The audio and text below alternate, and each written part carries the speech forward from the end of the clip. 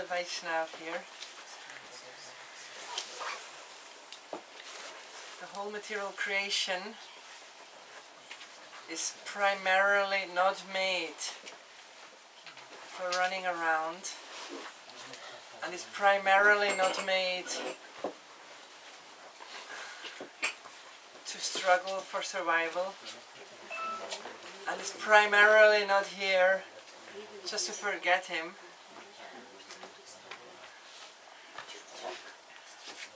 But it's really made, it's here, and it's everything is existing for kirtan, and everything is permeated through kirtan. So I am very happy. Now we come here in a lonely place in this material creation to celebrate that for which whole nature and everything has been made. This is just a alankar. This is just a little background for the kirtan. It's like a bühne, like a stage. It's like a stage for kirtan. So now, most of the souls forget this, and they misuse this stage. So now, it's very beautiful that we have nothing else to do. Only we are cut off of everything else.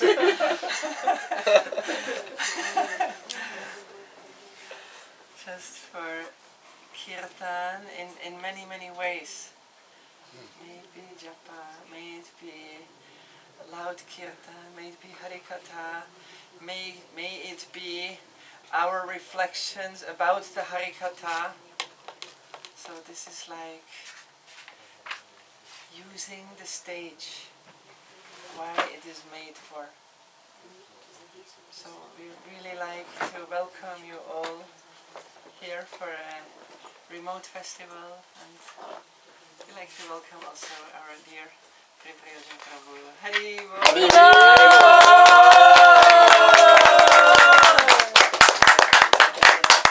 We moved in this ashram in the year 2008, and since then every year Prayojan Prabhu came without missing 1 year.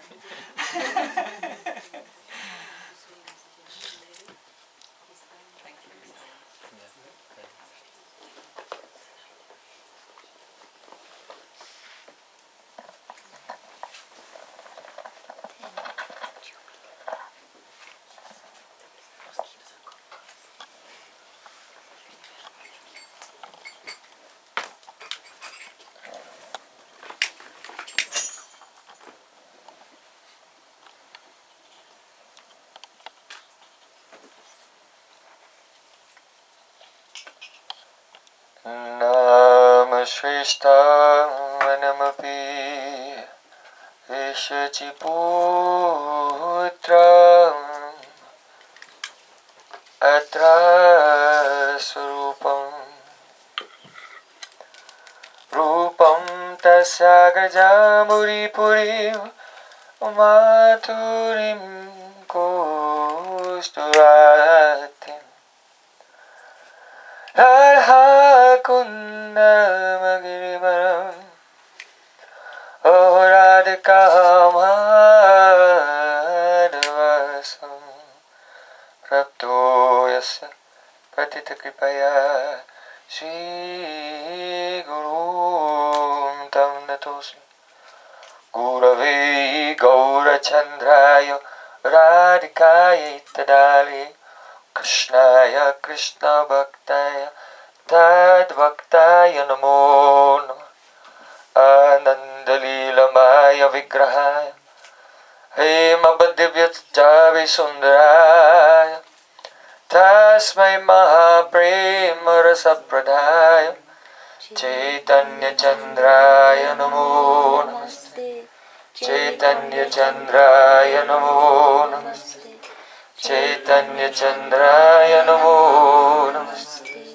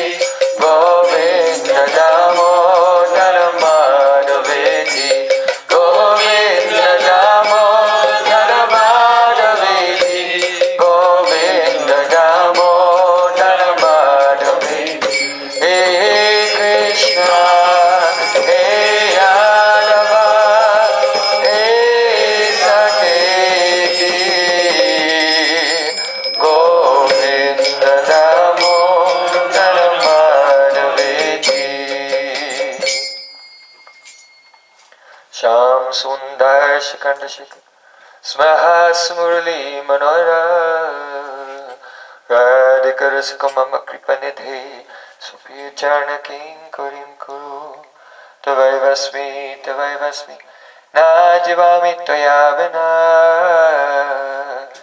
Iti Vigyaya Devi Tam Nayama Charanantikam. First of all, I offer my Sastang Dandavat Puspanjali, my heart like flowers thousands of times, at the lotus feet of my holy master, my supremely worshipable spiritual Gurudeva, Asmadya Paramaraja Tama Guru Pada Padma, Nitya Lila Pravishta Om Vishnupad, Ashtotara Sata Sishimad, Rupa Anugacharya Varya, Srila Bhaktivedanta Narayana Gosvami Maharaja. Secondly, I offer my pranam thousands of times at the lotus feet of my Param Gurudev, to Srila Prabhupada, and to our whole Sri Rupanuga Gaudiya Guru Parampara. And finally, I offer my pranam to all the assembled Vaishnavas and Vaishnavis. Vancha Kalpatarupastra, Kripasindhubhyam, Patitam Vaishnavi. Srila Gurudeva ki jai.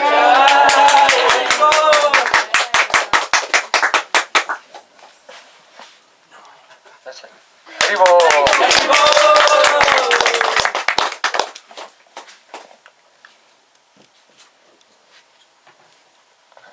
Unfortunately for you all, now you have come into Sri Krishna's trap.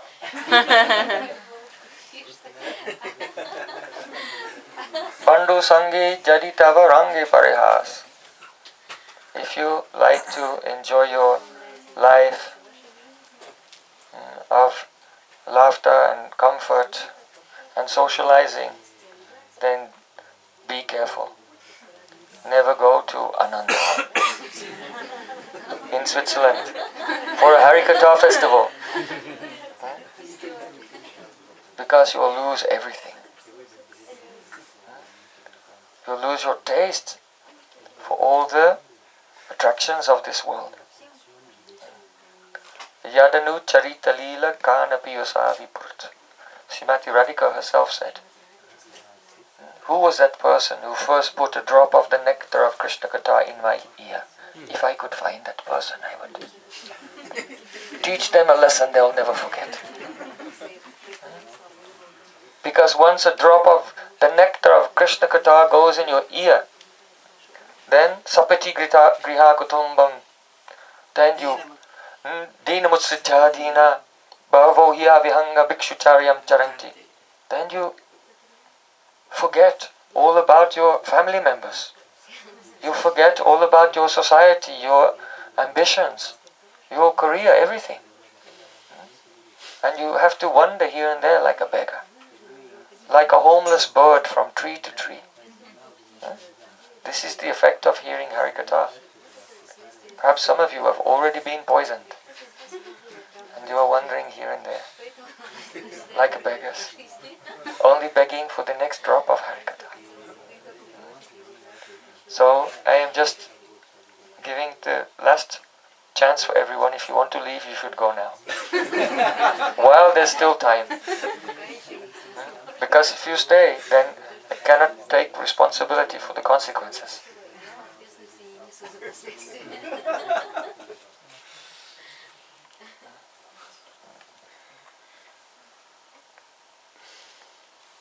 No one leaves. It's too late. So today, this is our first program of this year's festival. Actually, more devotees are on the way. They'll come tomorrow. But anyway, we'll begin. So my Gurudev always, he liked at the beginning of a festival to begin at the beginning with the most fundamental and important of all tattvas, Guru-Tattva. Janana Marana Hadi Samsara Anala Santapta Dipta Shirsha Jalarashimiva. It is said that Just like a man whose hair is on fire runs looking for some water. So similarly, a person who is burning in the fire of this material existence should run and try to find the shelter of the lotus feet of Sadhguru.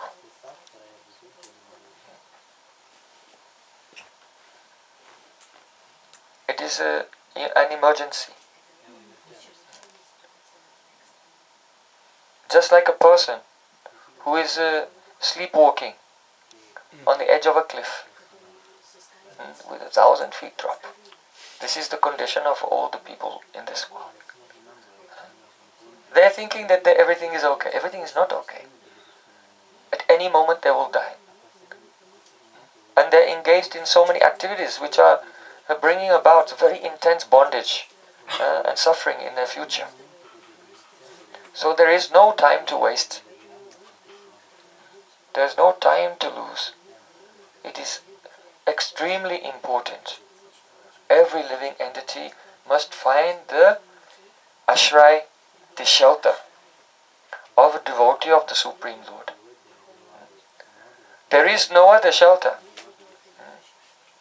in this world but the company, the association of pure Vaishnavas. Nothing else can save us from our precarious position. So, in Srimad Bhagavatam it is said, Nridayam adhyam sulabam sudurlabam plavam sukalpam guru karnadharam mayanukulyena navashvaveritam pumam bhavadim natret atmaha. What happens if we don't do this? Pumam bhavadim natret atmaha. That person is atmaha. They are committing suicide. That is the reality. Find the shelter of a pure Vaishnava or commit suicide. This is the choice before every living entity in this world. Hey, atmaha is general meaning is to commit suicide, but it means atmaha, to destroy your soul. So soul is eternal, but its ruination will come about because that's the nature of this material, especially in Kali Yuga. Tvam nasandashito datra dustram nistatistatam kalim satvaham pumsam karnadhara ivarnavam. Here the word karnadhara is used also. Karnadhara means captain of a ship. So here the sages are saying to Sutta Goswami, O Vaishnava Thakur, we think that we have met your holiness by the will of providence, and this is our great fortune. And we want to accept you as the captain of the ship to guide us beyond the dreadful influence of this age of Kali, which deteriorates all the good qualities of human beings. In Kali Yuga, of course here in Ananda-Dham there's not so much influence of Kali Yuga, more like Satyuga here, in the mountains. But generally, the people in Kali Yuga, they live in such an environment. Just the atmosphere there that touches you will affect the way that you think. It will sink into your mind. When we associate with materialistic persons, their thoughts, their feelings, their desires, their attachments, everything just by their association is reflected into our chitta. Yasya satsangati pungsa maniva satsatad gunai sutkula dhyayata todiman sayutameva sangsrayat.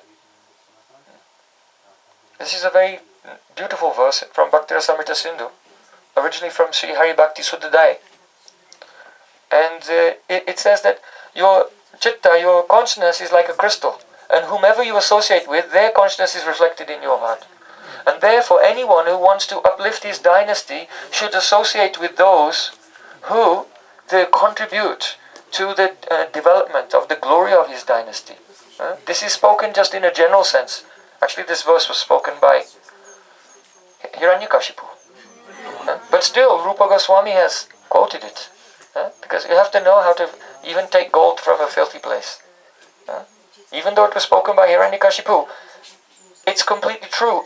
He was speaking in terms of the worldly life. Because he thought, what happened? My son has got contaminated by associating with Vaishnavas. What's he doing? Huh? If we want our dynasty of demons to thrive, then he should associate with great demons like me. And then he'll also become a great demon. So the principle of association goes both ways. So Kali Yuga is very degrading. So at the beginning of the Kali Yuga, before it really became more intense, Shonika Rishi and the sages are saying to Sutta Goswami, we accept you as captain of the ship. We have faith that you can get us out of here. That you can save us from the influence of Kali Yuga and deliver us to the eternal service of Krishna. So, Karnadara means captain of the ship. So, Nridaya Madhyam Sulabham Sudurlabham means that this human body, first of all, it's not you. It's just your vehicle for a short time. Remember that. You're here for a limited period only. And you've been given this human body which is very, very rare. Sudurlabham, very, very rare. And this body is like a boat that can cross over the ocean of material existence. But if you have a boat and you don't know about navigation, then you'll become lost in the ocean. So a captain is necessary, that is Guru. So captain is called Karnadara. Karna also means ear, and Dara means who holds. One who, when you're going in the wrong direction, catches you by the ears and not that way, this way. Keep us on course, keep us on track. Because the tendency will always be to deviate this way or that way. This is the nature of the conditioned soul. They try, but they have some weakness. And that weakness always makes them go away, start to veer away from the path. So Gurudeva is always there to catch the ear and bring us back. So he's called Karnadara. And Mayanukulyena Nabhashvaveritam. And if you want to go somewhere by boat, then we're talking here about a sailboat. Vedic times, so there were sailboats. Then you'll need a favorable wind. And if you catch that wind in your sail, then you can move. So that favorable wind is Sri Krishna's mercy. So the captain, he teaches you how to put up the sail. That's your sadhana. So you have to do sadhana. Gurudeva teaches you how to do it, precisely. And he'll keep adding something and refining also. So it becomes very finely tuned, exactly in the direction of your sadhya, ultimate goal of life. Sisi Radha Krishna, Nibritta Nikunja Seva, under the guidance of Rupamanyu. So, if you don't, though the mercy of Krishna is coming, the wind may be blowing, but if your sail is not up, your ship will not move. So don't be lazy and think, oh, when will the mercy come? I'm going to sit around waiting for the mercy. And don't have the ego that by your sadhana you'll become perfect. Both are wrong. So try to do sadhana in a very humble mood and praying for the mercy of Krishna, and it will come. Mercy of Krishna, mercy of Guru. See, mercy of Guru is the mercy of Krishna. It will come and fill yourself. This is a very important point, you know. Samsara dava nalali daloka tranaya karna ganaganatva praptasya kalyana gunanavasya vande grosi charnaravindam. Gurudeva is like a cloud and filled with water. But this water is water of mercy. But this mercy has come from Karuna Sindhu, the ocean of mercy, Krishna. So Krishna's mercy comes to us through Guru. This was a very big issue in the Christian church. More than 1,000 years ago. Then there was in one creed, it was written, one will attain salvation through Jesus and by the mercy of God. By the mercy of God. Then later someone added filioque, and also by the mercy of the Son. And then all the saints at that time, there was a big debate, they were quarreling with each other, and some said, no, the mercy comes from God. That's the origin of it. That's where it comes from. And others were saying, no, the origin of the mercy is God and also is Jesus. He's also the original source of some original mercy. So then the others said, no, but then you'll be putting him on exactly the same level as God. Only God is the source. So then they split. And those who thought the mercy was originating in both became the Catholic Church. And those who thought that the mercy came from God only and came through his representative became the Orthodox Church. That was the split in the schism, so many, more than 1,000 years ago. So, if Srila Vishwanath Chakravarti had been there, he would have said no. All the mercy is Krishna's mercy. And it's coming through the transparent via medium of Sri Guru. So this is Guru-Tattva. So,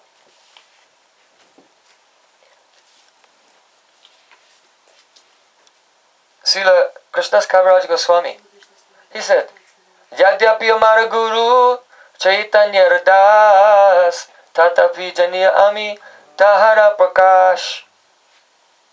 Although I know that my Gurudev is Chaitanya Das, the servant of Chaitanya Mahaprabhu, I also know him as Tahara Prakash, manifestation of Chaitanya Mahaprabhu. The Prakash of Mahaprabhu is Nityananda Prabhu.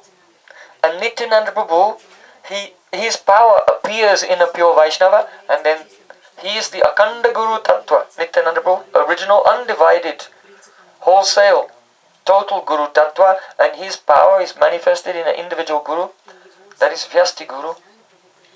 Then that person is recognized as a Guru-Tattva in this world.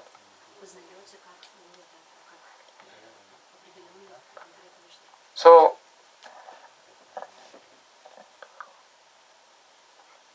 Krishna Guru Rupa Bhakti Avatar Prakash, Krishna Shakti Chai Rupa Karina Vilas.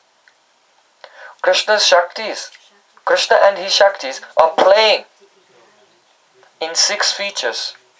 Krishna, Guru, Bhakta, Shakti, Avatar, Prakash. Avatar is Advaitacharya. Prakash is Nityananda Prabhu. Shakti, Gadada Pandit. Radharani. Krishna is Krishna. Guru is spiritual master. So like this, 6 forms. Krishna, Guru, Bhakti, Bhakta, Shakti, Avatar, Prakash. 6 forms. So these all taken together are the Godhead.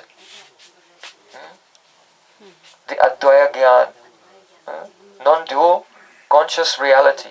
Krishna is the origin, and these are all aspects. They are the Tadrupa Vaibhav. That means they are the splendor, they are the glory of his own Swarup.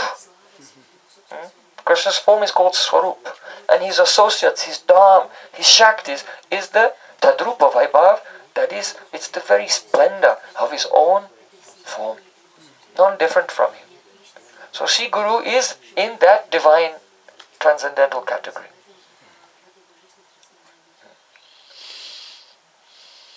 So Sri Krishnadas Kaviraj goes on to explain. Guru Krishna Rupahaya Shastra Pramane. Guru Rupa Krishna Kripa Karen Bhakta Gane. That Guru Krishna Rup. This is referring to Diksha Guru. The Diksha Guru is one Rup, form of Krishna, through whom Krishna bestows his mercy. Krishna Guru Rupa, the Kripa Karen Bhakta Gane. It is Krishna who takes the form of Guru and gives mercy through that form. Otherwise, Krishna's mercy does not come to us. Then, Shiksha Guru Kaicha Jane Krishnara Swarup Antaryami Bhakta Shashta Ai Dui Rup. Then, Shiksha Guru Kaita Jani Krishna Swarup. The Shiksha Guru is called Krishna Swarup. So here two things. Diksha Guru is called Krishna Roop. Shiksha Guru is called Krishna Swarup. What does it mean? It's very important. Siddhanta. There's so much confusion about this. You can go here and there and just all different ideas will come. Someone may tell, oh, especially those who have their Diksha line is a family line. They will always tell Diksha Guru is the most important. If someone is in family line, they always tell Diksha Guru is most important. Why? Because then no one will hear from anyone else. Will become Diksha Guru, because family like Diksha Guru means the next generation will be the Diksha Guru. Right? So then no one else can become Guru except for us, and you no need to take shelter of anyone else, only come here. And then you'll see sometimes if a person is preaching to other person's disciples, then they will tell, Shiksha Guru is the most important. Very happens so much. So, some persons are telling Diksha Guru is more important, someone is of the Shiksha Guru is more important. Where is it written? In Shastra? Where did Krishnadas Kaviraj Goswami say one is more important than the other? Have you seen? Is it written anywhere? Then why are people telling one person saying Diksha Guru is more important? One person saying Shiksha Guru is more important? So, this is not being impartiality. Due to partiality, then persons make the Siddhanta this way and that way, depending on their partiality. But that's not Siddhanta. Siddhanta is impartial. What is more important, Krishna's Roop or Krishna's Swarup? Right? Krishnadas Kaviraj Goswami is saying Diksha Guru is Krishna Roop and Shiksha Guru is Krishna Swarup. So, it means that the Diksha Guru acquaints us with Krishna Roop. By his mercy, we enter into a relationship and we realize the form of Krishna. This is the function of the Diksha Guru. This is done through the Pancharatrik Diksha, through Diksha mantras and through the gradual training in the aspects of bhakti, how to serve the deity and so on.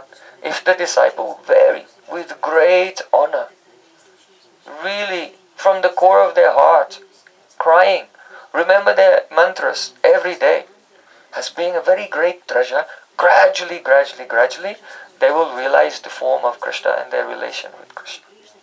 That is the function of the Diksha Guru. And the Shiksha Guru is called Krishna Swarup. So there's no difference between Krishna's Roop and Swarup. Roop means form, Swarup means form. But Swarup also means nature, characteristics. So there's Krishna's form, you can realize Krishna's form. But what is he like? What is he like? What does he like? What is his character, his personality? And knowing that, how to serve him in the most favorable way. So that's the Shiksha Guru is called Krishna Swarup because he will acquaint you with Krishna Swarup, his inner nature and how to serve. So the example is given, it is like as if 2 feet are in the sky. That means your feet. Diksha Guru plants your feet in Vrindavan and then Shiksha Guru teaches you how to walk.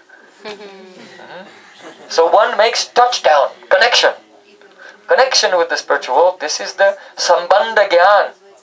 Guru gives Sambandha Gyan. Then Shiksha Guru is all the beautiful loving service moods. He's manifesting this. So Diksha Guru and Shiksha Guru. So we cannot tell Diksha Guru is more important than Shiksha Guru, Shiksha Guru is more important than Diksha Guru, because they're actually not two different people.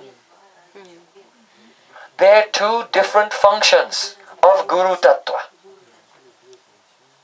And therefore, that function, the function of the Diksha Guru may function through one Vaishnava.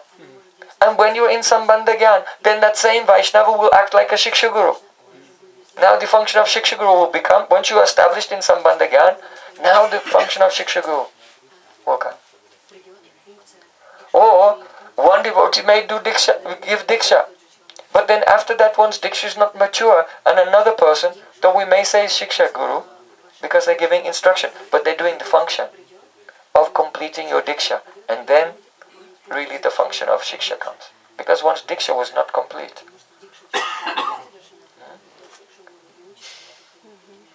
So, for my diksha guru is also my shiksha guru. My diksha guru is also my shiksha guru. And I have other shiksha gurus also. But not, one should only receive mantra from one person. Don't receive mantra once you have received mantra from your diksha guru, don't receive from another guru. It is offense. Srila Jiva Goswami Pad explained that, because nowadays there's this thing that I have not accepted, I have not rejected my first Diksha Guru, I have just added something to that.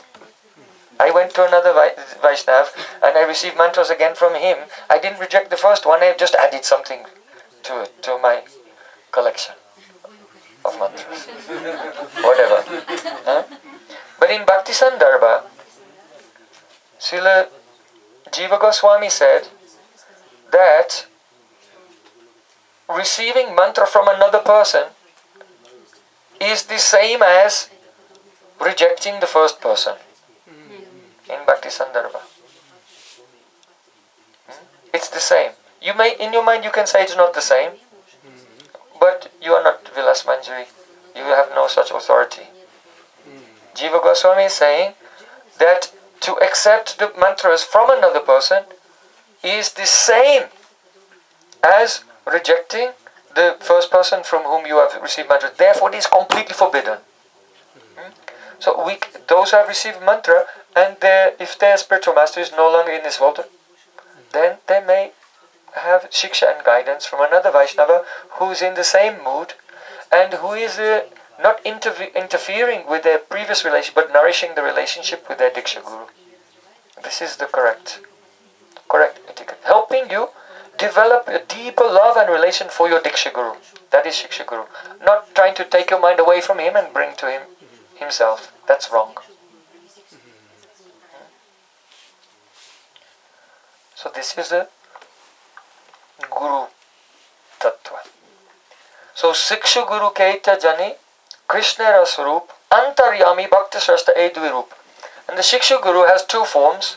Antaryami, Supreme Lord in your heart, is one Shiksha Guru. And then also Bhakti Shrastha, among the Vaishnavas, the best among the Vaishnavas, he is also Shiksha Guru. But there's a little catch here. The catch is this: Jive Shakshat Nahi Tati Guru Chaitya Rupe Shiksha Guru Hoi Krishna Mahanta Surupe. It means that the conditioned soul cannot hear the voice of Antaryami, the Guru in the heart, as long as he's conditioned. He cannot hear the voice of the Guru in the heart. Therefore, that Guru in the heart comes out, so that you can clearly hear his voice. So, Jive Sakshat Nahi Tati Guru Chaitya Rupe cannot perceive the Chaitya Guru.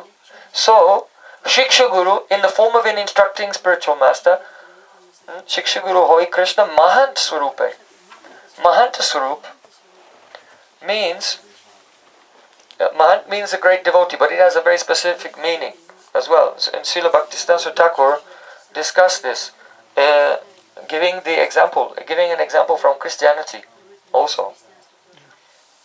He said that Christians believe they'll accept Jesus as their Guru directly, but he is no longer physically in this world.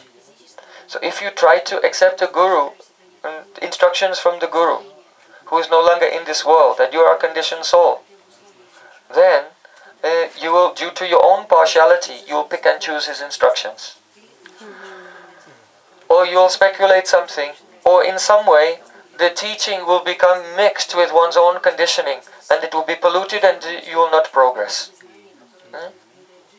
So that is the same as the Ritvik philosophy, where now people today they go to one temple in Bangalore, Now they're opening a new one in Vrindavan, 77 stories high as well there.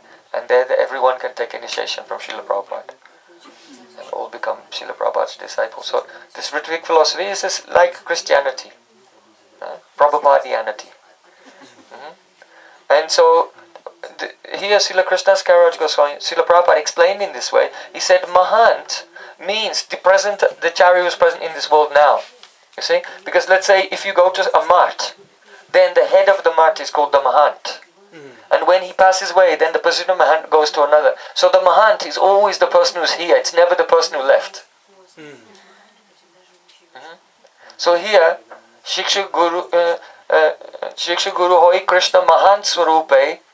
The Shiksha Guru is Krishna in your heart has come out and is here and giving guidance. That way we won't misunderstand. That way he can catch our ear and keep us on the track. So, Uddhavji said, Naivopayacha patitim kavayastavesha brahmayushara kritavrida mudasparantaha yontaba istanubritam ashubam vidunvan acharya chaita vapusa swagatim vyanakti. O Krishna, the great sages and devotees, even if they glorify you for the life of Lord Brahma, even for millions of years, they cannot express their indebtedness to you, Krishna, because you are so kind that you appear in two forms, in the heart as Antaryami and outwardly as the Shiksha Guru, to guide the living beings across all obstacles and bring them to their spiritual perfection.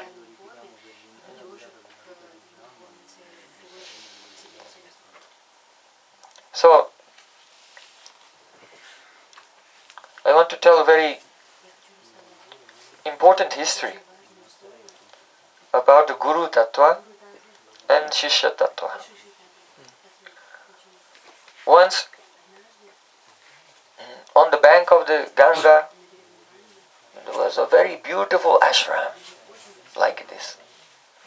And there, two rishis were living, and they were very good friends. They were bosom friends. One was Bharadwaj Rishi, and the other was Raibya Rishi. They used to wake up very early before sunrise, take bath in the river. They used to sit and remember do anik. They remember their Gayatri mantras together. And they had a very pure-hearted life. Very peaceful. So, Bhadraj Rishi had one son. His name was Yavakri. And Raibra Rishi, he had two sons, named Puravasu and Arvasu. Puravasu and Arvasu.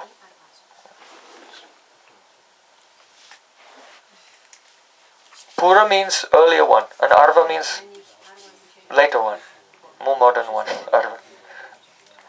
So the earlier Vasu and the older Vasu and the younger Vasu is two sons. So, but these two rishis, the way they did their sadhana was quite different. Raibya Rishi was very much into studying Shastra. And he used to teach his two sons. They would study all the time under the guidance of their father. But Bharadwaj Rishi, he was more into dhyan.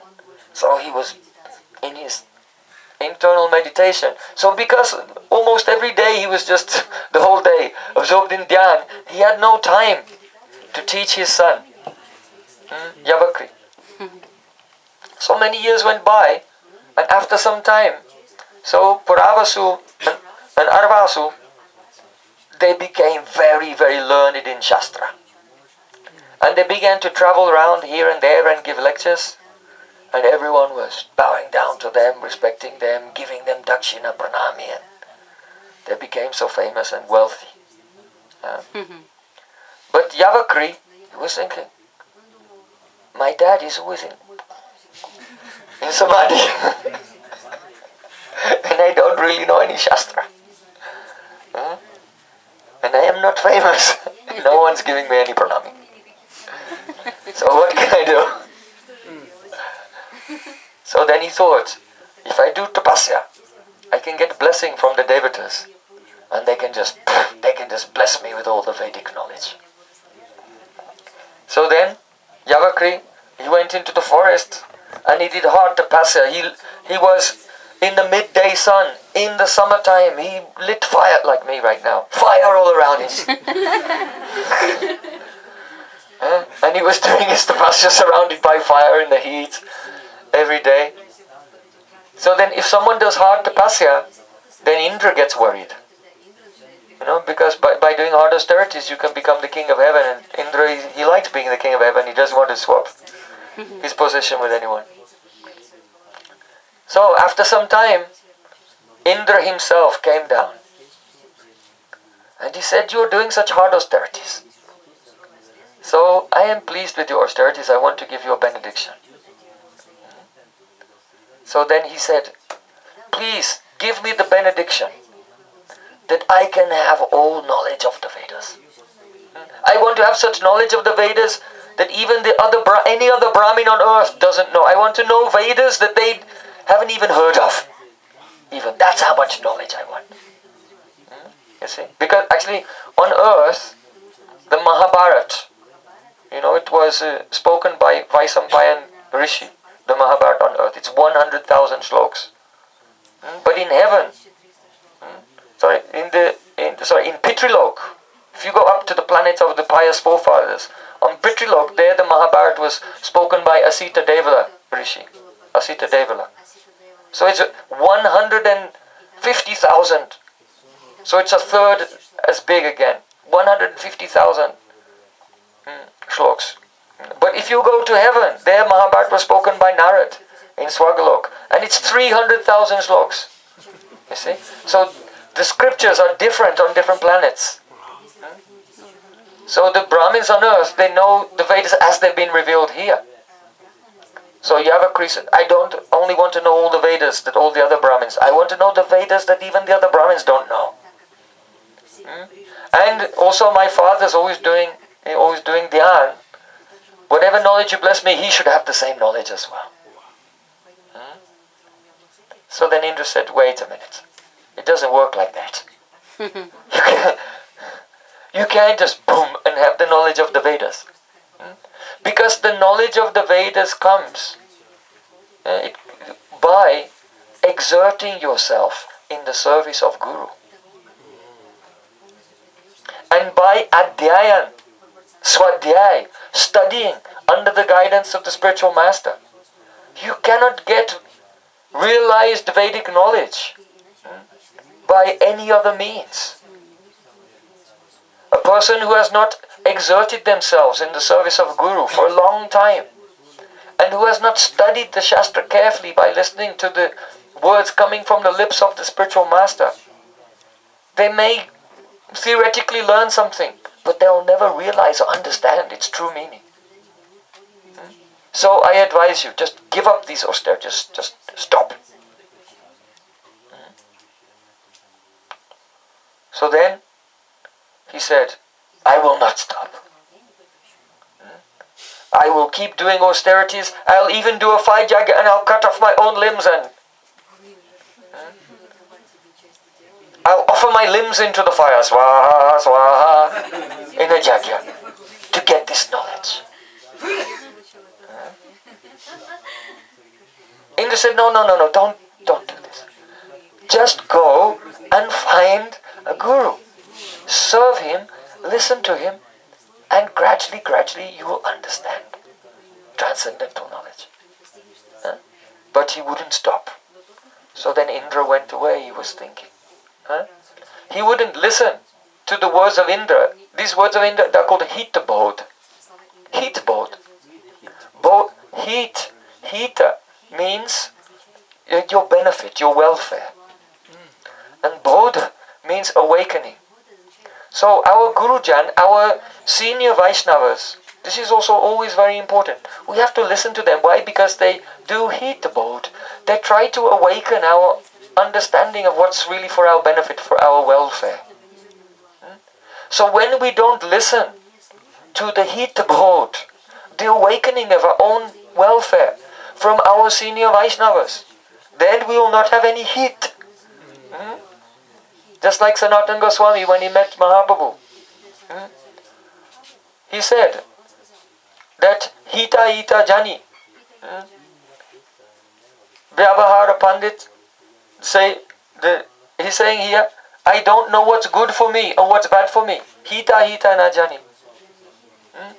But Gramya Vyarahara Pandit Tai Satyamani. But the common people, they all say I'm a pandit. The common people say I'm a learned person and I'm so foolish I believe them. Everyone say, oh, you are great. Your katha was so wonderful. I say, yes, it's true. It's not Goswami. I'm a fool. I'm listening to the advice. I'm responding to the praise of the ordinary common people. Never follow your downline. Don't follow your downline. You see? Just like my Madhu Mangal Prabhu, where is he? There he is, you see? So he sells Herbalife.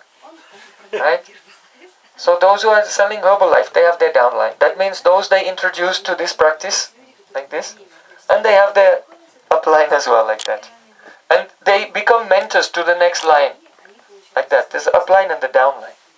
So you never listen to your downline. That means those who know nothing, or those who know something, but they're just coming. And they tell, oh, this is very good, this is very... You always look up. Never look down. Always look up. Follow the acharyas. Follow your Gurudev, his Gurudev, his Gurudev, your parampara. And what the people of the world think, don't listen.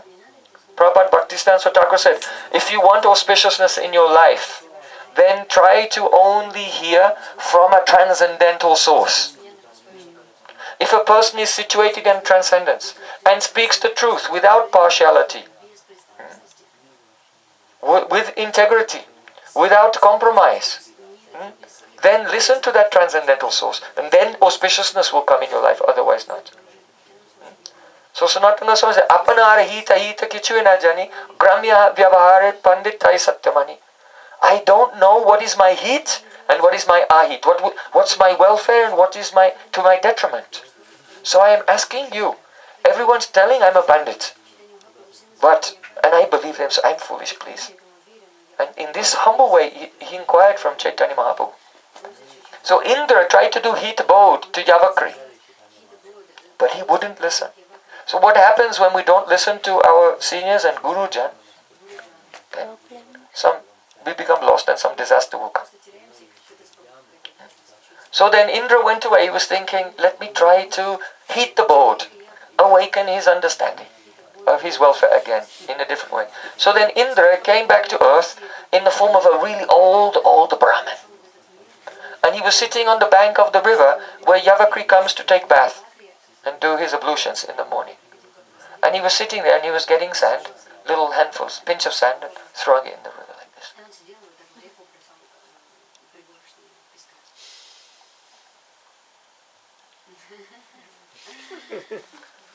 So then, in the early morning, Yavakri came there and he saw this old Brahmin sprinkling some sand in the river. And he was laughing. What are you doing? He said, people go through so much trouble. They have to travel miles. They can't cross the Ganga here. They have to go a long way here or there. Or they have to find a boat. And it's so inconvenient to cross. So I thought if I build a dam here, then everyone can just walk across easily with no inconvenience. Yavakri's eyes became big.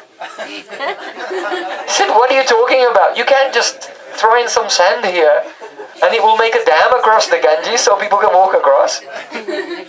This is really not practical. In fact, it's quite ridiculous.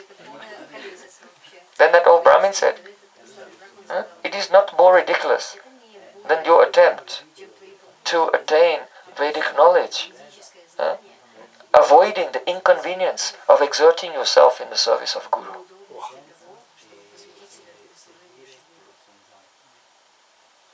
Then Yavakri was shocked. Then he realized, you are not an old Brahmin, are you? And then he realized it was Indra again, trying to hit the boat, trying to wake him up towards his benefit in life. So then he said, all right. If it's not, I've done so much austerities, you said you were pleased with me. If what I'm doing is not practical, then just give me some benediction that's practical. Whatever you can give me that. So then Indra said, all right. If that's what you want, if that's what you really want, to have knowledge of all the Vedas, even the Vedas which are known not even on this planet, then may you know it. Tatastu. And he blessed him. And suddenly he could remember all the Vedas, even from the higher planets. And he was so happy. And he went home. His father was meditating. He gave pranam. Oh, Peter Sri, my dear father, I've got great news for you. And maybe you already know, because the benediction was it should go to his father as well. Right? He said, I did austerities and I got a benediction from Indra that I and also you would remember all the teachings of the Vedas, even that other Brahmanas don't know. So then his father shook his head. He said, you've done a wrong thing. You've done wrong. Because without undergoing the exertion, without going through the hardship, without studying very carefully, step by step for a long time, you may get knowledge by another means, but you will not get maturity. You will not get gravity. And without that maturity and without that gravity, it is inevitable that a person will become the puffed up. Ahankara will come. Ego will come. And what happens when ego comes? Then, the worst thing, that you lose your charitableness. This is a sign of pride, that the person doesn't have a charitable spirit towards other people. That they're not generous, that they're not broad-hearted. And therefore, due to that, there's a tendency to commit some offenses, and then the result of offenses, one becomes entangled in the material world. So then he thought, Bharata Rishi was thinking, Raibya Muni, my best friend Raibya Muni, he's really a good sadhu and really learned, and he's trained his sons also very well. So he warned his son, listen, what you've done now. But I just request one thing. Don't go to the ashram of Raibya Muni. Don't go near him. You stay where you are, stay there. Don't go near his ashram or his sons. So then he said, yeah. Because now he's a know-all, right? He knows everything. Yeah. So he went away. Then he never gave proper respect to others. And freely, independently, he was going here and there. And by chance, he came to the ashram of Raibya Muni. It was beautiful. There were birds were singing, bees were humming. Raibya Rishi was not there. His sons were not there. But his eldest son, his wife, was there. And she was very, very beautiful.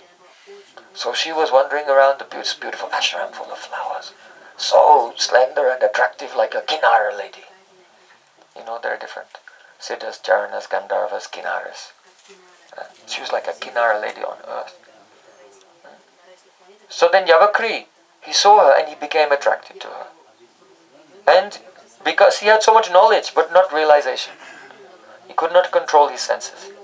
So he approached her and he propositioned her. And she was afraid of him. She thought, he's a powerful rishi. Maybe he'll curse me. So she agreed. So he enjoyed with her and then he went away. Then Raibya Muni came back and saw his daughter-in-law there, and she was crying and crying. He said, what happened? What's wrong? He said that Yavakri, came here and compromised my integrity. So then Raibya Rishi was very upset. He was very angry. So he came to his Yagya Kund and he was doing a fire yagya there. And he pulled out one jata, one of his dreadlocks. Swaha! And he offered it in the fire. And then from the fire came a very beautiful woman looking exactly like his daughter-in-law. Exactly like her. Then he pulled out another jata. Swaha! Threw it in the fire. Then a Rakshasa came out like a demon, cannibal demon. Yeah, with a trishul, he came out. And now these two personalities manifest from his yagya. They stood before him with folded hands. And he told them, kill Yavakri. So they set off. So the Rakshasa, he could not kill the Yavakri when he was pure. So the Brahmanas, they always carry a kamandalu with them. So if they become impure, then they take some water from the kamandalu and they purify themselves.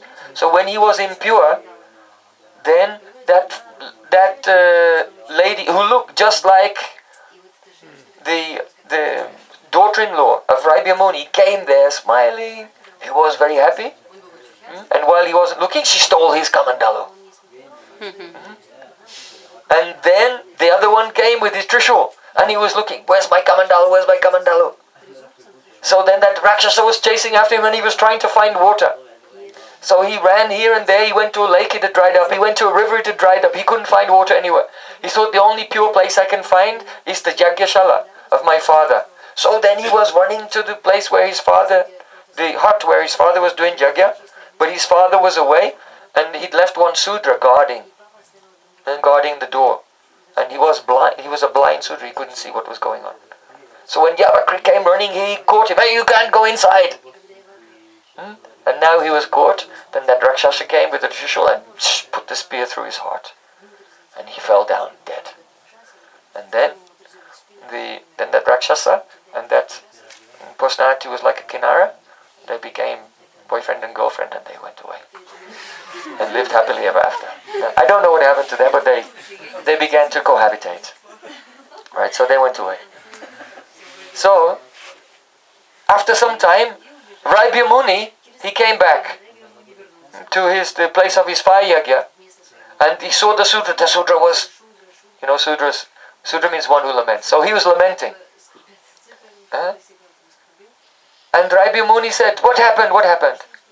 He said, look, this dead body, it's your son. Because he was cursed by Raibya Muni.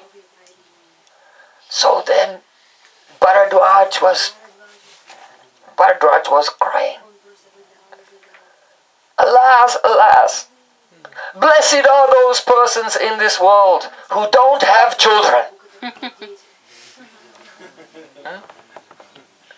Because those who have children, they know what it means to suffer.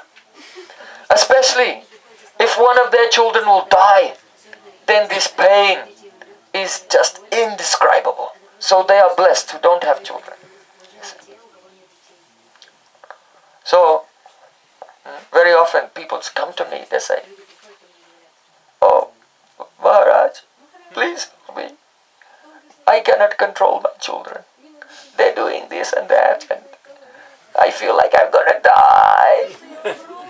I mean, literally, I'm just quoting verbatim. I will die, my child is doing this. So, Raibya was feeling that feeling. Bharadwaj was feeling like that. And he was seeing the good side of his son. He was thinking, he was just an innocent little boy. He did austerities to get this knowledge. He wanted to get this knowledge to benefit the dynasty of Brahmanas. That the next generation and the next generation, they'd have so much knowledge, even knowledge that wasn't available in this world. He did it for them, and he did it for me. He was a good boy. And now this Riber cursed him. So I am giving a curse also. So then he got the trigger for his curse gun. And he pronounced a curse. He killed my son. So he will be killed by his own son. And then, after he pronounced this curse, Bhardwaj Rishi, he began to lament even more. What have I done? Oh, what have I done? Due to attachment to the body and to the family, I've given a curse to my best friend. They were best friends. They always used to do their sadhana together. And they got along so nicely with each other. He said, so I am condemned, I should die. So then he lit a funeral pyre and he put the body of his son on the funeral pyre, and when it was blazing, he entered himself, and that was the end of Bharadwaj Rishi. Have you been to his ashram in Navadvip? No? Yeah, you've been? Bharadwaj Tila. Yeah. So,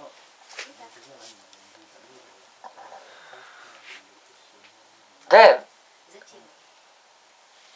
the Rider Rishi was in his ashram, and his two sons, they were very learned, and they'd been hired by a king. So, I think his name was Vriddha-Jumna. So Vriddha-Jumna, he was doing a big yagya, but the elder son was more learned than the younger son. So mainly the elder son was doing directing the yagya, the younger son was assisting. But the elder son, because his wife was very beautiful, he didn't like to stay where the yagya was going on. So every evening he would run back home, see his wife, then come back the next day. Like this, he was going backwards and forwards. So one day when the yagya was finished, he was going back, and he came to the ashram. He was coming to the ashram, and in the darkness of the night, he thought there was a big deer in the forest. So a deer, so deer can have big antlers, and if you startle them at night, they can charge you, and you can be in danger. So, seeing a deer in the darkness, so then he took an arrow and he shot the deer. But then when he came to see, it wasn't a deer. It was his father dressed in sages wear deer skin. He just seen the skin of the deer in the darkness and felt afraid and just reacted. And it shot his own father. So why did he do that?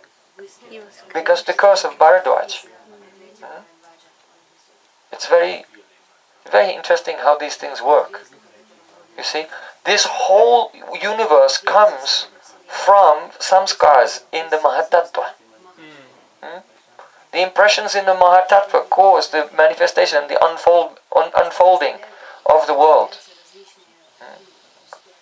So those impressions in the Mahatattva, they're called Swabhav or Daiva, destiny.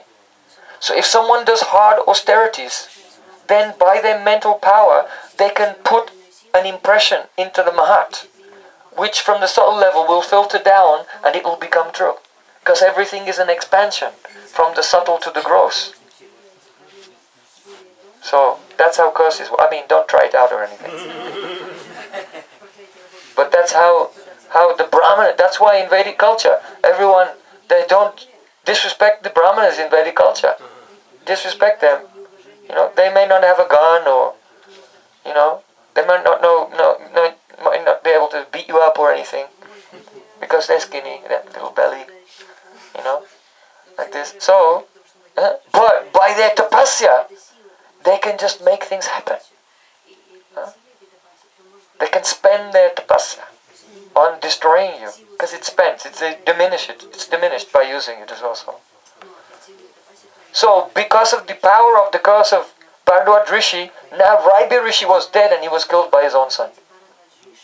So then, Puravasu, the eldest son who had done it, he thought, now I'm in trouble. Because one of the Pancha Mahapatakas, there are Pancha Mahapatakas. We were speaking about this. How Radharani is guilty of the Pancha Mahapatakas. We were discussing this a few days ago. But that's a Rasakatha, that's another thing. So what's the first of the Pancha Mahapatakas? Brahmahatya, to kill a Brahmin. This is the worst thing. Killing a Brahmin is the worst thing. So now he thought, I am now guilty of the sin of Brahmahatya. So in the Vedas, there's an austerity, there's an atonement, prayaschita, that you can do to get free from that. But the problem is, if he went away to do that prayaschita, then his brother would not be able to do the yagya by himself. So he went back to the yagya and told his brother, listen, I can do this whole, you can't do it by yourself, but I can do it by myself. So I'll finish this yagya, and on my behalf, you go and do the prayaschita, the atonement, for the killing of a Brahmin. So, okay. So then Aryavasu, went away, did this very long and hard austerity to free his brother from the sin of Brahmahatya. So then, after a long time, he came back. It was a very big yagya, very expensive yagya. And when he came back, then Puravasu, he said to the king, oh, he's been doing the prayaschita for killing a Brahmin. If someone who has killed a Brahmin even looks at you, it can just make your life inauspicious. So then the king told his soldiers, drive him out of here, send him away. So even though the younger brother did the austerity, the atonement to free the older brother from the sin, the older brother used that as an excuse to frame him and get him out of the yagya. Because what happens to the Brahmin at the end of the yagya? Aha! Yes. Because the yagya is not complete until everyone who's there has given the dakshina to the priest. Like that. And he didn't want to share it with his brother. And that's why he framed him in this way. So then, his brother went away. What do I do now? So then he began to pray to Suryadev, the sun god, very powerful, and he knows the truth. Suryadev sees everything. He knows the truth. So he prayed to Suryadev for a long time, and then Suryadev appeared before him. He said, all right, I'll help you. So then he came back to the yagya, and Suryadev appeared in the yagya there and said to the king, actually he is the one who killed the Brahmin, he is innocent. So then the king drove Puravasu out of the yagya and reinstated the younger brother. So then the younger brother prayed to the sun god, said, I want to give you a benediction. What do you want? Not only Suryadev, but Agnidev, the fire god, and so many other devatas appeared there. They were very pleased with Arvavasu, the younger brother. He said, first of all, please bring my brother back and free him from the sin of killing a Brahmin. Secondly, please bring my father back to life, Raibya Muni. Bring him back to life, but in such a way that he doesn't remember that he was shot by his own son. And thirdly, my father's best friend, who cursed him to die, but was his best friend. He did something rashly because he was overwhelmed by emotion. Don't become overwhelmed by emotion. Srila Bhakti Pramod Puri Maharaj used to say, emotion leads to demotion, but devotion leads to promotion. So devotion means sacrifice your life, your time, your energy, everything in the service of your Guru. Don't follow your emotions. What you feel. Don't make feelings the praman, the evidence for what is the right thing. Mahaprabhu said, Amnaya Praha, the praman, what we should do. That is the statements of the Vedas as they've been explained by our Guru Parampara. Mahaprabhu never said feelings praha. The infallible evidence is what you feel on that particular day. So, because he'd become overwhelmed with emotions, he did wrong. He wasn't thinking clearly. But still, he was a good person. He made a mistake. It was extreme circumstance. He said, so I'm praying, bring Bharadwaj Rishi, the friend of my father, back to life. And even Yavakri, who was like the root cause of all this disaster, you bring him back to life also. So, Aravavasu was very charitable, very generous. Because no one is beyond redemption. Everyone can be redeemed. So the demigods blessed him, and all the personalities were back together again. So then Yavakri, when he came back to life, he was astonished that he died in the first place.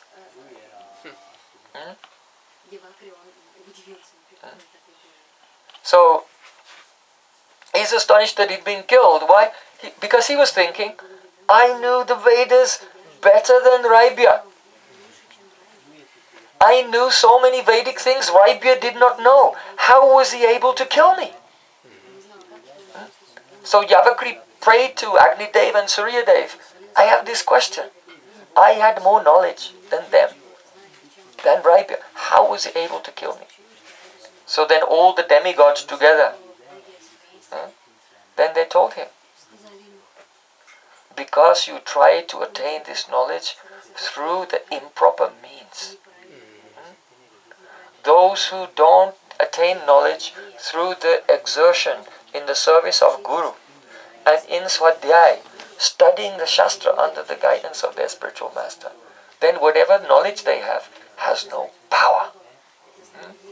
But those who will receive the Vedic knowledge through the authorized channel, through the correct process, then they will not only have knowledge, they will have realization, and they will have all good qualities, all divine qualities as well. Generosity, patience, self-control, mercy, all qualities, not material, transcendental qualities, will appear in them. So then Yavakri learned his lesson, that one must acquire knowledge by hearing from the lips of Guru and carefully studying for a long time. So in Bhakti Rasamrita Sindhu, Srila Rupa Goswami Pad has described 64 angas of bhakti.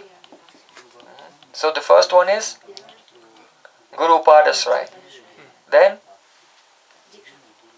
receiving it. First Guru Padasrai, then not just Diksha. Everyone comes now and just gets Diksha, initiation straight away. No, first Guru Padasrai, just serving first and making a relationship. And after some time, year or few years, then Diksha, initiation. Then Guru Padasrai, Diksha, Gurura Sevan, serving. Saddhama Prita Shiksha Sadumaganu Gaman.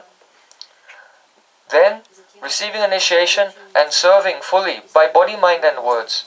Then Saddhama Pritcha, ask questions. The conversation must begin. But those who are not surrendered and those who are not serving, they're not the candidates to even participate in the conversation. Because they will not understand. They don't know what question to ask. And even if they ask the right question, they will not understand the answer. Because the heart has not opened. It has not been expanded to receive that. And with a contracted consciousness, the transcendental knowledge will appear there in a corrupt form, which is not attractive or beautiful, even repulsive. So, Guru Padasrai, Diksha, Gurura Sevan, Saddhama Pritcha, Shiksha, receive instructions, Sadhumaganugaman, and follow in the footsteps of previous acharyas. This is the process. So 64, these are the first 5 angas. But what is anga number 54? That is called Shastra Seva. Shastra Seva. So there, because we're discussing here, how does one receive knowledge? exerting oneself in the service of Guru, and adhyayan, swadhyayan.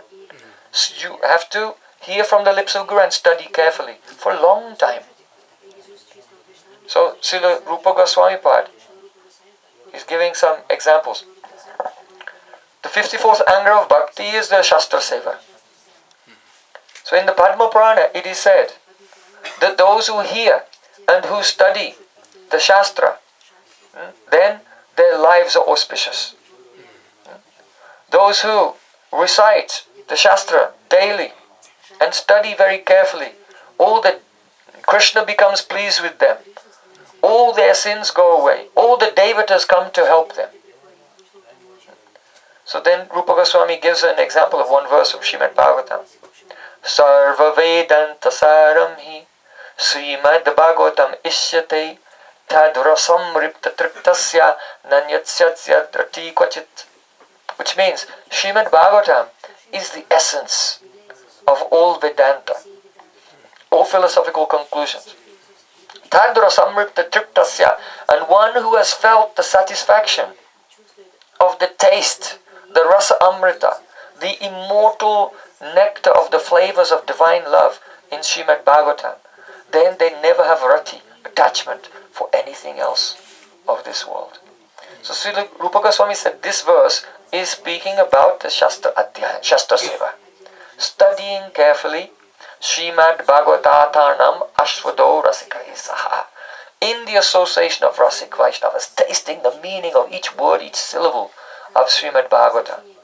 So in the very end of Srimad Bhagavatam, in the 12th canto, it is said, Srimad Bhagavatam Puranam Amalam Yad Vaishnavanam Priyam Yasmin Paraham Samekam Amalam Jnanam Param Giyate Tatra Jnana Viraga Bhakti Saitam Naiskamam Aviskritam Tatsrinvan Supatan Vicharana Prabhupatya Vimuchyan Naraha. It means the Srimad Bhagavatam is very, very dear to the Vaishnavas. That means if Srimad Bhagavatam is not your life and soul, you're not a Vaishnava yet. Because if you are a Vaishnava, you would have the whole Srimad Bhagavatam. Sanatana Goswami says, Asadu sadata dayin atinicho ochataraka hanamunchakadamin man prema ritkantayaspara. Sanatana Goswami would hold Srimad Bhagavatam to his heart and say, Oh Srimad Bhagavatam, you are the one who gives sadhuta to the non-sadhu.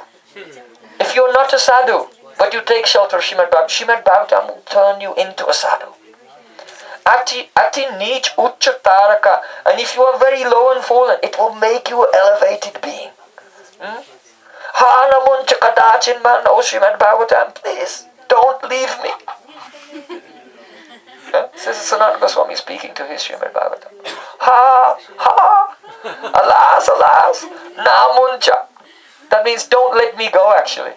That means the Srimad Bhagavatam has got him. And he's asking Srimad, now you've got me, don't let me go. He's not that he's, oh Srimad Bhagavatam, I don't want to let go. No, you've got me and please don't let me go. Hanamuncha kadachin man. Prem narit kantayaspa. And always appear in my heart and in my throat. First in the heart, rit kantayaspara. First manifest as a spurti. Srimad Bhagavatam is not ink on a page. Srimad Bhagavatam is those very leelas. And they should manifest in my heart as a spurti. And then, tasmin mahan mukarita marubich charitra. You know what mukarita means? Mukarita means the leela of Krishna has turned into a vocal form. So from the spurti, from the realization of the leela, mukarita, then it should come from my lips in a vocal form. And if someone will hear it, then it will be, it's like zipped and then unzipped. And then they'll have this spurti when they're listening as well. So the spurti is transferred. The visions of Krishna are transferred heart to heart by hearing Srimad Bhagavatam. Therefore, Srimad Bhagavatam, Puranam Amalam, it is the Amal, spotless, immaculate Purana, Yad Vaishnavanam Priyam, and all the Vaishnavas, oh, Bhagavatam, now you've got me, don't let me go. Yad Vaishnavanam Priyam. Yasmin Paramaham Samekamalam Jnanam Param Giyate. Because this Srimad Bhagavatam has a type of knowledge, Gyan. This is not material, the Gyan, Sattvic Gyan. Sattvat sanjayate jnanam. One type of jnana is just the discrimination between matter and spirit, that you're not the body. That knowledge comes from sattva gun. Sattvat sanjayate jnanam.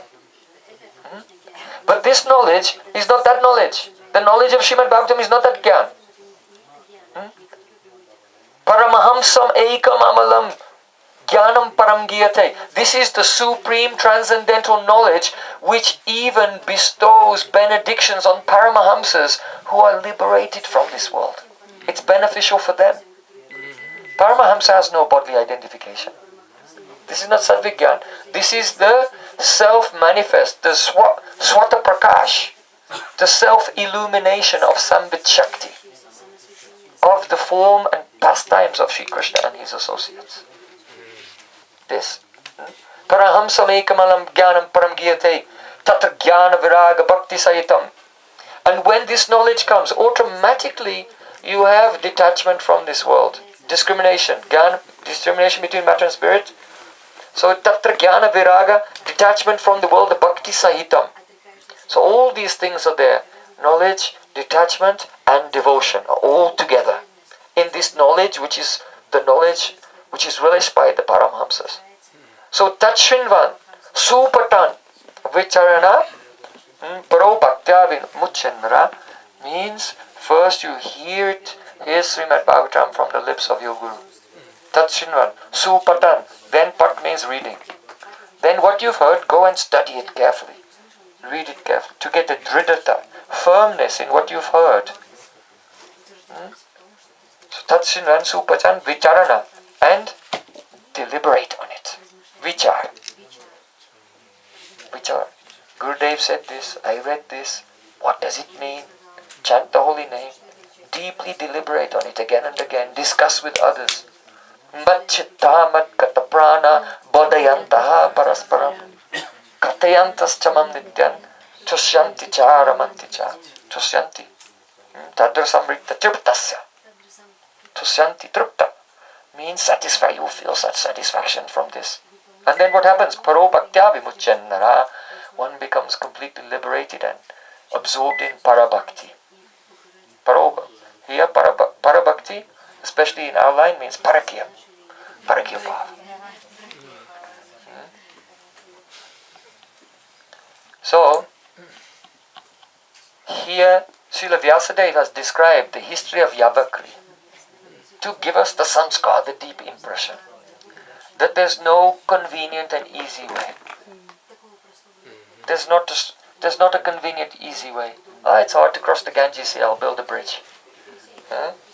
I'll avoid taking the actual method. No, that's like throwing sand. Throwing sand in the Jamuna, thinking that you can dam the Jamuna with throwing pinches of sand.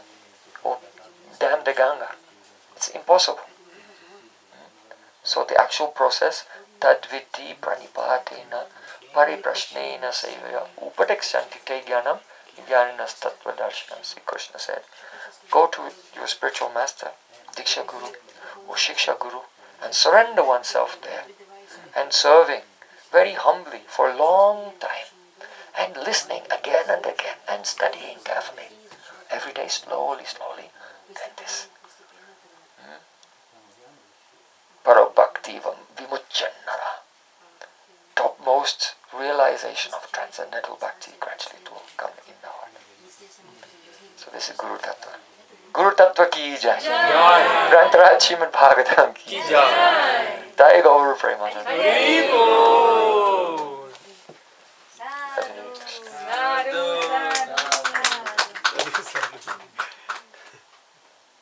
So we'll sing Kirtan, Harikatha. When Harikatha, before Harikatha comes, we have to sing. And then now Harikatha is going. If we sing a Kirtan, then Harikatha will be happy and return again tomorrow morning.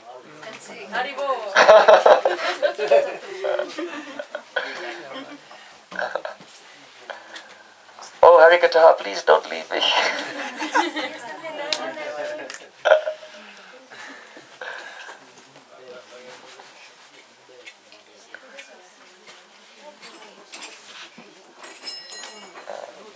We have to hear very carefully. Shastra Siddhanta, to get a correct perspective on reality. Krishna himself is called, one of the 64 qualities of Krishna, called Shastra Chakshu. Means even Krishna sees with the eyes of Shastra. It's one of his 64 qualities. When Krishna is deciding what to do, what not to do, then his eyes are the Shastra in deciding. So then he decides, Bhagavana Pitara 3, Sharat Fullabalika, Viksharantam Manaschakra. Manaschakra means he decides to Yogamayam Pasrita, to take shelter of Yogamaya and do Raslila with gopis. So then those same eyes, which are Shastra Chakshu, he uses them to instill the hearts of Braja gopis with his beautiful lotus eyes.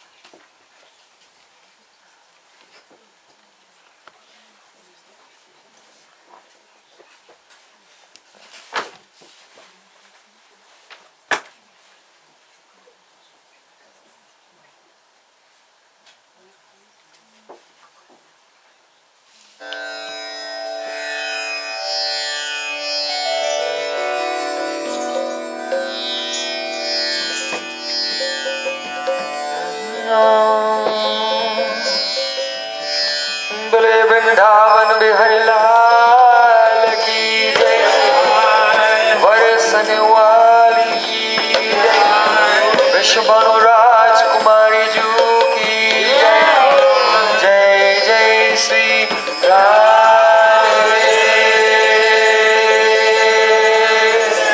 Jai Jai Sri Radhe.